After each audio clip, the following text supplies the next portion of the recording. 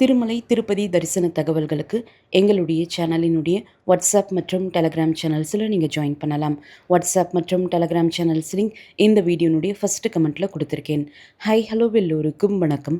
இன்றைக்கி நாம் Tirumala Tirupati info by கேஹெச்எம் சேனலில் என்னுடைய திருமலை தரிசன அனுபவம் பற்றியும் இன்றைய திருமலை திருப்பதி தரிசன தகவல்கள் பற்றியும் பார்க்கலாம்.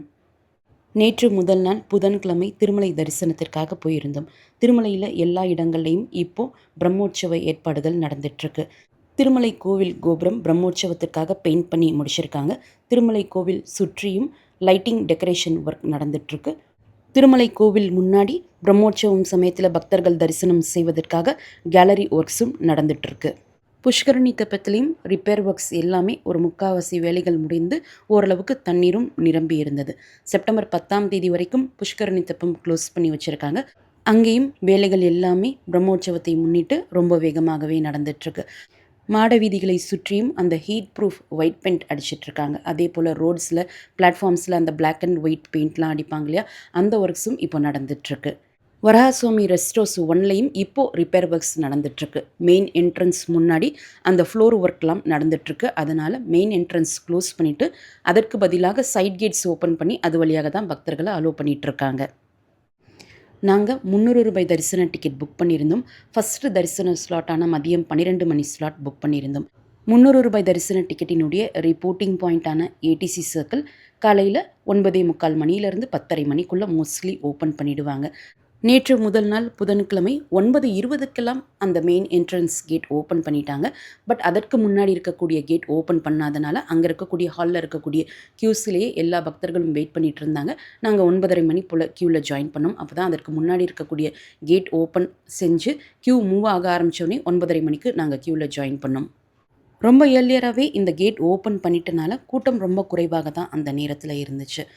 ஏடிசி சர்க்கிளினுடைய அந்த மெயின் என்ட்ரன்ஸ் வழியாக நுழைஞ்சு அந்த ஸ்டெப்ஸ்லாம் ஏறி இறங்கக்கூடிய இடத்துல, அதாவது ஏடிசி சர்க்கிளினுடைய பெரிய கேட் இருக்கக்கூடிய இடத்துல மறுபடியும் கேட் க்ளோஸ் பண்ணி வச்சுருந்தாங்க. அங்கே தான் ரொம்ப நேரம் வெயிட் பண்ணிகிட்டு இருந்தோம். ஒரு 1/4 மணி நேரம் பிறகு அந்த கேட் ஓப்பன் செஞ்சு மறுபடியும் க்யூ கொஞ்சம் தூரம் மூவ் ஆன பிறகு அந்த ஏடிசி சர்க்கிள் டிக்கெட் செக் பண்ணக்கூடிய இடத்துல இருக்கக்கூடிய அந்த கேட் க்ளோஸ் பண்ணி வச்சுருந்தாங்க. அந்த சமயம் கோவிலுக்குள்ளே நைவேத்தியம் நடந்துட்டு இருந்தனால நைவேத்தியம் பெல் அடிச்சிட்டு இருந்தாங்க. அந்த ஏடிசி சர்க்கிள் டிக்கெட் செக் பண்ணக்கூடிய அந்த கேட் 10:15 மணிக்கு தான் ஓப்பன் பண்ணாங்க. நாங்கள் கொஞ்சம் பின்னாடி இருந்தனால கொஞ்சம் கொஞ்சமாக க்யூ மூவ் ஆகி உள்ளே போன பிறகு நாங்கள் டிக்கெட் ஸ்கேன் பண்ணும்போது சரியாக 10:20 மணி இருக்கும். டிக்கெட் ஸ்கேன் பண்ண உடனே ஒரு இடத்துல பேக் செக்கிங், பர்சனல் செக்கிங் இருக்கும் இல்லையா, அதை கம்ப்ளீட் பண்ணிவிட்டு க்யூவில் வேகமாக மூவ் ஆக ஆரம்பிச்சிட்டோம். கம்பார்ட்மெண்ட்ஸில் வெயிட் பண்ண வைக்கவே இல்லை. ஆனால் கம்பார்ட்மெண்ட் வழியாக தான் சுற்றி க்யூ உள்ளே அலோவ் பண்ணாங்க. பொதுவாக கம்பார்ட்மெண்ட்ஸில் வெயிட் பண்ண வைக்காத நாட்களில் அந்த ஃபஸ்ட் எய்ட் ரூம் வழியாக க்யூ டைரெக்டாக ஜாயின் பண்ணுறதுக்கு அலோவ் பண்ணுவாங்க. அன்றைய நாள் அப்படி அலோவ் பண்ணாமல் கம்பார்ட்மெண்ட் வழியாக உள்ளே விட்டு க்யூவில் ஜாயின் பண்ணுறதுக்கு அலோவ் பண்ணாங்க. அதற்கப்புறம் மறுபடியும் இருக்கக்கூடிய அந்த பேக் செக்கிங், பர்சனல் செக்கிங் இடத்துல கேட் க்ளோஸ் பண்ணி வச்சுருந்தாங்க. ஏன்னா ஃபஸ்ட் பேட்ச் உள்ளே போய் அவங்க பேக் செக்கிங்லாம் பண்ணிகிட்டு இருந்தனால அங்கே ஒரு 10 நிமிஷம் வெயிட் பண்ணுற மாதிரி இருந்துச்சு. 10:20க்கு டிக்கெட் ஸ்கேன் பண்ணோம். 10:30 மணிக்கு இந்த செகண்ட் பேக் செக்கிங் இடத்துக்கே வந்துட்டோம். அதற்கடுத்து அங்கே கொஞ்சம் நேரம் வெயிட் பண்ண பிறகு 10:45 மணிக்கு second set of bag checking and personal செக்கிங்கும் கம்ப்ளீட் பண்ணிவிட்டு க்யூ மூவ் ஆக ஆரம்பிச்சது. திருமலை நம்பி சன்னதி ஒட்டி இருக்கக்கூடிய அந்த க்யூ வழியாக தான் 300 ரூபாய் தரிசன க்யூ அலோவ் பண்ணாங்க. எப்போதும் போல் அந்த திருமலை நம்பி சன்னதி தாண்டினோடைய அந்த நேரோவாக இருக்கக்கூடிய க்யூவில் போகிறப்போ கொஞ்சம் தள்ளுமுள்ளு இருக்கும். அதே போல் அன்றைய நாளும் இருந்தது. மற்ற எந்த இடங்களையும் டிக்கெட் செக் பண்ண நேரத்திலிருந்து பெருமாளை தரிசனம் பண்ணிட்டு வெளியே வர்ற வரைக்கும் எந்த இடத்துலையும் அந்த நேரத்தில் தள்ளுமுள்ளு என்பது இல்லாமல் ரொம்ப ஸ்மூத்தாக க்யூ மூவ் ஆகிட்டு போயிருந்தது. மகாத்வாரம் தாண்டி அனந்தாழ்வாரத்தடியை தரிசனம் செஞ்சுட்டு கொடிமரம் தரிசனம் செஞ்சுட்டு வெண்டி வாக்லி என்டர் ஆகும்போது வெண்டி வாக்லி உள்ளே என்டர் ஆகும்போது அங்கே பக்கத்தில் இருக்கக்கூடிய கிளாக்கில் மணி 11:10 ஆகியிருந்தது. இந்த முறை வெண்டி வாக்லியிலேருந்து பங்காரு வாக்லி போகிறப்பவும் தள்ளுமுள்ளு இல்லாமல் க்யூ ரொம்ப நீட்டாக தான் மூவ் ஆகிச்சு. மிடில் க்யூவில் நான் ஜாயின் பண்ணிட்டேன். இப்போல்லாம் ரைட் சைட் கார்னர் க்யூவில் போகிறதே கிடையாது. எல்லாருமே அந்த ரைட் கார்னர் க்யூவில் போகிறதுக்கு தான் ரொம்ப இன்ட்ரெஸ்ட் காமிக்கக்கூடிய காரணத்தினால அங்கே தான் கூட்டமும் நெரிசலும் இருக்குது. மற்ற 2 cues, middle Q, left corner Q எல்லாமே ரொம்ப ஃப்ரீயாக தான் இருக்கும். ஸோ மிடில் க்யூவில் ஜாயின் பண்ணும். மிடில் க்யூவில் ஜாயின் பண்ணும்போதே லெஃப்ட் சைட் தூணில் இருக்கக்கூடிய வராக பெருமாளை தரிசனம் செஞ்சுட்டு க்யூவில் என்டர் ஆனதும் ரைட் சைடில் கருட பகவானை தரிசனம் செஞ்சுட்டு திரும்பின உடனே பெருமாள் எப்போதும் போல கம்பீர தோற்றத்துடன் புன்னகை முகத்தோடு தரிசனம் கொடுத்தார். கியூ கொஞ்சம் கொஞ்சமாக மெதுவாக மூவ் ஆகிட்டு இருந்துச்சு. என்ன ஆச்சுன்னு தெரியல. திடீர்னு பக்கத்து கியூவில் இருக்கக்கூடிய ஒரு லேடி, அதாவது லெஃப்ட் கார்னர் கியூவில் இருக்கக்கூடிய ஒரு லேடி, அவங்களுக்கு சாமி வந்துடுச்சு. கோவிந்தா கோவிந்தான்னு கத்தி அழுக ஆரம்பிச்சிட்டாங்க. அவங்கள வச்சு யாராலையுமே இழுக்க முடியல, சேவாக்ஸாலையும் இழுக்க முடியல. டக்குன்னு போலீஸ் செக்யூரிட்டிஸ் வந்தாங்க.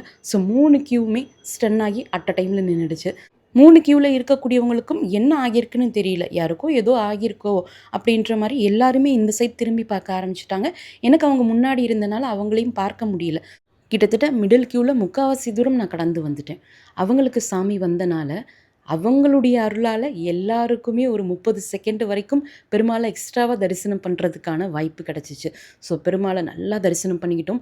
அந்த சமயத்தில் பங்காரு வாக்கிலில் இருந்த எல்லாருமே ஒரு 20லேருந்து 30 செகண்ட் வரைக்கும் பெருமாளை தரிசனம் பண்ணியிருப்பாங்க. அதற்கடுத்து போலீஸ் செக்யூரிட்டிஸ் வந்து தான் அவங்கள அழைச்சிட்டு போனாங்க. பெருமாளை திருமுடியிலிருந்து திருப்பாதம் வரைக்கும் அவருடைய மார்பில் இருக்கக்கூடிய வக்ஷஸ்தல தாயார்கள், அவருடைய திருப்பாதத்திற்கு பக்கத்தில் இருக்கக்கூடிய போக ஸ்ரீனிவாச மூர்த்தி, அவரினுடைய நந்தகவால் முதற்கொண்டும் நல்லா தெளிவாக அன்றைய நாள் பார்க்க முடிந்தது. அவருடைய சங்கு சக்கராயுதம் எப்போதும் போல பளிச்சுன்னு பக்தர்களுக்கு தரிசனம் கொடுத்தது.